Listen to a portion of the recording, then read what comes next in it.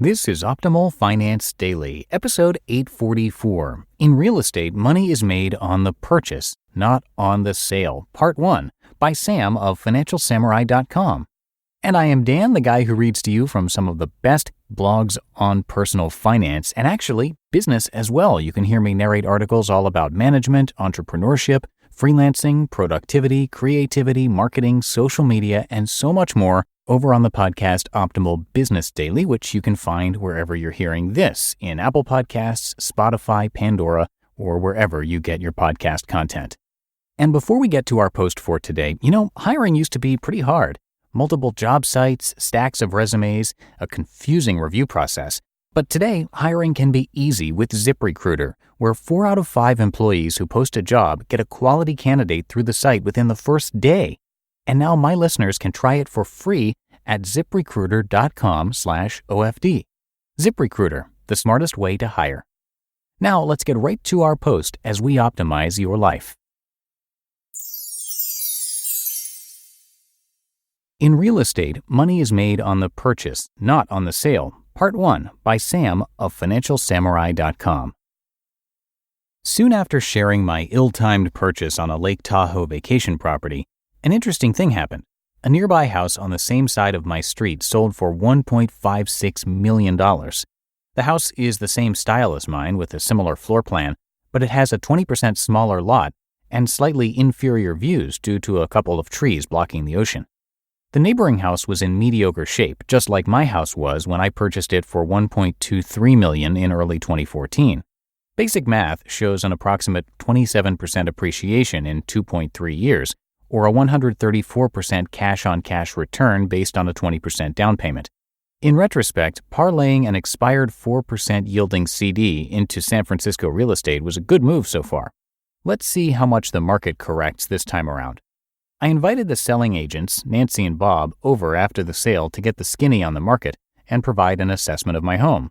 After about 4 days of deliberation, they sent me a detailed valuation analysis report and said they were 85% certain they'd be able to get at least $1.85 million to $1.9 million for my house. The total return would therefore be 31 to 35%, or a 155 to 175% cash-on-cash return on the down payment if you include my approximately $170,000 in remodeling costs. So the gross profits equals $440,000 to $490,000. All these figures don't mean anything until my property actually sells. These figures are just nice to know in case I change my mind about holding San Francisco property forever. No other international city is so cheap with so many growing companies paying so well. If you have the proper skill set, your income potential is incredible. Check out the average salaries of software engineers for some of the largest tech internet firms. Multiply these salaries by 2, and you've got a typical home buyer on the West Coast. Money is made on the purchase.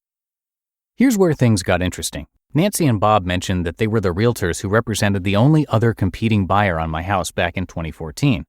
John, the listing agent from 2014, was from out of town and listed my property as a favor to the sellers because he grew up in the house next door before he went off to college. He represented 2 sisters who moved to Washington. At age 73, John retired years ago from his day job in manufacturing. The original asking price for my house was $1.24 million, and I offered $1.18 million because it was on the market for 4 weeks already, on the longer end for San Francisco standards. John had an offer date at the end of the 3rd week, but didn't receive anything good enough for them to accept. John wasn't happy with my $1.18 million offer because his buyers were expecting, quote, way over asking, in the $1.4 to $1.5 million range. But John accepted my verbal offer after I told him I'd work directly with him so he wouldn't have to pay the buyer's agent their half of the total commission, which would be around $30,000. Having the selling agent represent you is a great strategy if you know what you're doing and trust the person. I remember sitting down with John at the 1940s kitchen table, listening to all his stories about the neighborhood growing up. He told me about a famous author that lived close by in the 60s. He mentioned how the builder, Henry Dogen, lived in the mansion across the way. I even asked him for some life advice if he was 37 again. He said, I would have saved more. After a couple of hours of getting to know each other, we shook hands old school style about my $1.18 million offer and my promise of working with him to make the transaction as smooth as possible. We hadn't signed any papers yet, but I felt he was someone I could trust. The Squeeze. A day later, John came back to me all conflicted and said he had another higher offer that he had to present to the sellers. Buyers seem to come out of the woodwork once they know an initial offer has been placed. Although disappointed, it was his fiduciary duty to his sellers to present all offers. I already knew I was getting a deal at $60,000 under asking based on the comps at the time.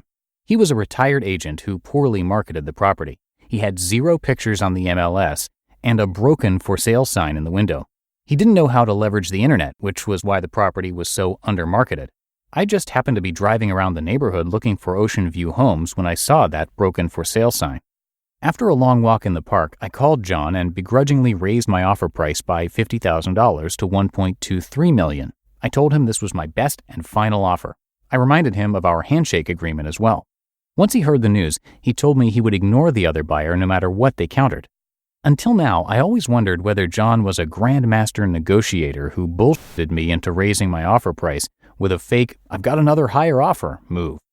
It's a common tactic to create emotional anxiety in potential buyers to raise their offers. Now I know he was being honest. To be continued. You just listened to part 1 of the post titled, "In Real Estate, Money is Made on the Purchase, Not on the Sale," by Sam of FinancialSamurai.com. And thank you again to ZipRecruiter. Hiring is challenging, but there's one place you can go where hiring is simple, fast, and smart. A place where growing businesses connect to qualified candidates. That place is ZipRecruiter.com/OFD. ZipRecruiter sends your job to over 100 of the web's leading job boards, but they don't stop there.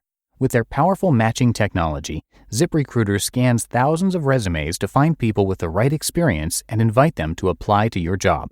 As applications come in, ZipRecruiter analyzes each one and spotlights the top candidates so you never miss a great match. ZipRecruiter is so effective that 4 out of 5 employers who post on ZipRecruiter get a quality candidate through the site within the first day. And right now, my listeners can try ZipRecruiter for free at this exclusive web address, ZipRecruiter.com/OFD. That's ZipRecruiter.com/OFD. ZipRecruiter, the smartest way to hire. And before we go, one last time, I have taken over the hosting duties for one of the newer shows in our network, Optimal Business Daily, and there you can hear me narrate from a bunch of popular business bloggers every day of the week, including many of the authors that you hear on this show.